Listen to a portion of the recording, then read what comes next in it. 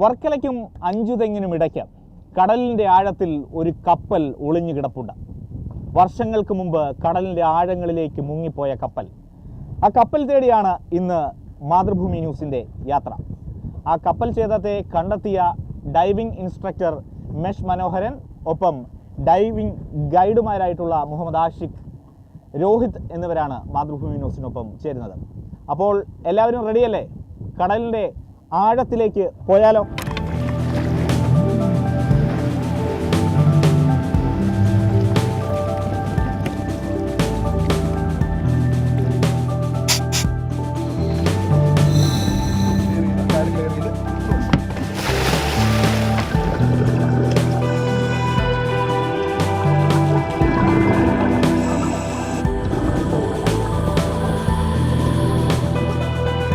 വിസ്മയ ലോകം കടന്നു വേണം അടിത്തട്ടിലെ കാണാ കാഴ്ചകളിലേക്ക് എത്താൻ. നീന്തി തുടിക്കുന്ന വർണ്ണ മത്സ്യങ്ങൾ, ഊളിയിട്ടു പായുന്ന മീൻകൂട്ടം, കടൽ ജീവികളുടെ അപൂർവ ദൃശ്യം. അങ്ങനെ സവിശേഷമായ അനുഭവമാണ് കടലാഴം. ഒടുവിൽ സാഹസികരുടെ സ്വപ്നതീരം.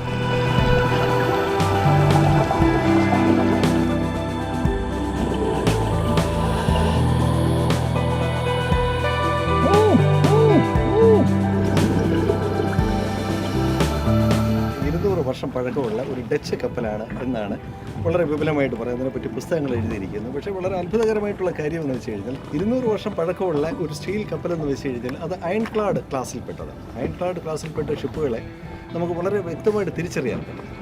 അപ്പോൾ ഇത് വളരെ മോഡേണായിട്ടുള്ള ഷിപ്പുകൾ. ഇതിൻ്റെ പഴക്കം, അണ്ടർ വാട്ടർ ലൈഫ് എന്ന് പറയുന്നത് ഉദ്ദേശം ഒരു 90 വർഷത്തിൽ കൂടുതലില്ല, എന്നാൽ 50 വർഷത്തിൽ പുതിയതുമല്ല ഉദ്ദേശം. അപ്പോൾ അതെല്ലാം നമുക്ക് ബന്ധപ്പെടുന്നതെന്ന് വെച്ച് കഴിഞ്ഞാൽ ഉദ്ദേശം സെക്കൻഡ് വേൾഡ് വാർ സമയത്തുള്ള ഷിപ്പായിട്ട് തന്നെയാണ്. കാരണം സെക്കൻഡ് വേൾഡ് വാർ സമയത്ത് നമുക്ക് ഈ കേരളത്തിൻ്റെ കരയിൽ പ്രത്യേകിച്ചും തിരുവനന്തപുരം ഭാഗത്ത് 2 ജപ്പാനീസ് ടോർപിഡോ ഇൻസിഡൻറ്റുകൾ റിപ്പോർട്ട് ചെയ്തിട്ടുണ്ട്. ബ്രിട്ടീഷ് ചരിത്രകാർ അല്ലെങ്കിൽ വാർ ഹിസ്റ്റോറിയൻസ് റിപ്പോർട്ട് ചെയ്തിട്ടുണ്ട്. അപ്പോൾ അതുമായിട്ട് വളരെ സാമ്യമുണ്ട്.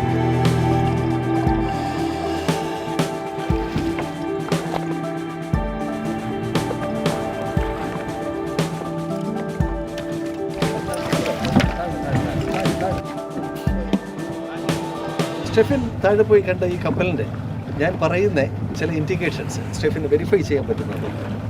ആ കപ്പൽ നമ്മൾ സൈഡിൽ ചരിഞ്ഞ് കിടക്കുകയാണ്.